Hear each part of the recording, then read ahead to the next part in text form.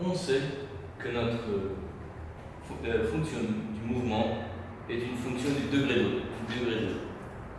Or, une des propriétés des fonctions du degré 2, c'est qu'elles sont toujours symétriques. On peut donc en déduire que alpha, dans le cas de notre fonction, représente exactement le milieu de la fonction. Et si on veut savoir le total ici, on n'a qu'à faire 2 fois alpha. Donc, si on veut trouver la portée R, qui représente cette distance ici, on n'a qu'à faire 2 fois alpha. On retrouve donc que R est égal à 2 V0 carré sinus θ cosinus θ, le tout sur G. Or, par l'identité ici, on peut donc en déduire que R est égal à V0 carré sinus de θ, le tout sur G.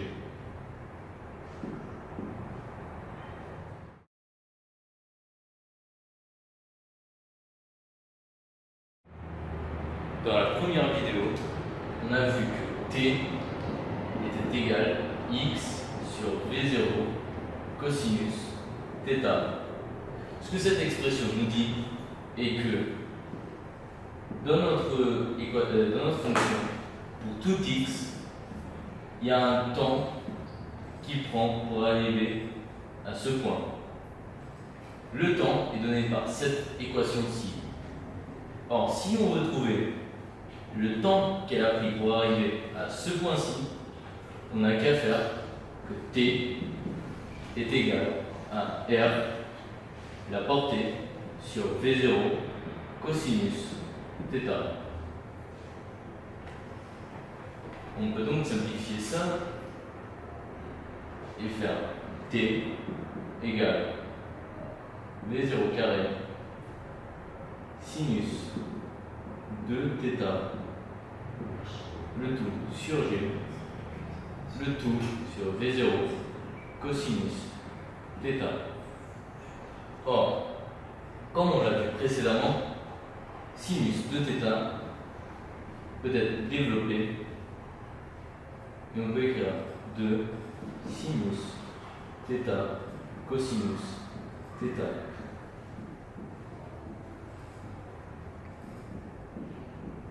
On peut donc maintenant simplifier les cosinus et les V0. On obtient donc une expression finale pour le temps qui nous donne que le temps total de vol de notre objet est égal à 2 V0 sinus θ, le tout sur G.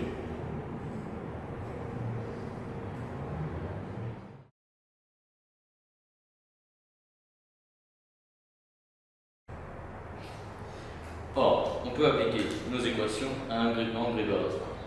D'abord, on peut vérifier que la gravité dans le jeu est vraie. On n'a qu'à savoir la vitesse initiale, qui peut être découverte à travers des mesurements de pixels, et l'angle, qui peut être aussi découvert à travers des mesurements de pixels.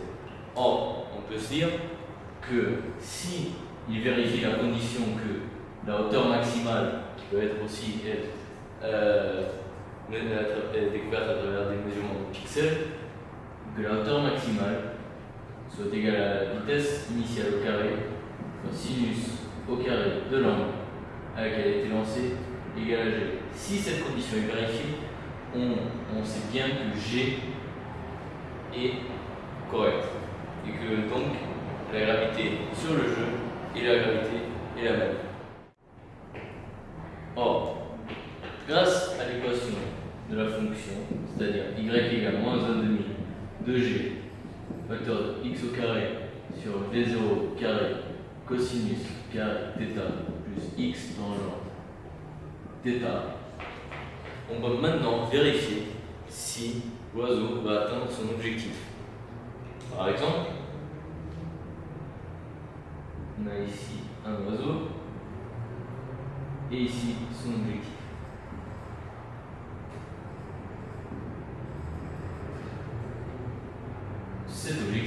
a des coordonnées x, y.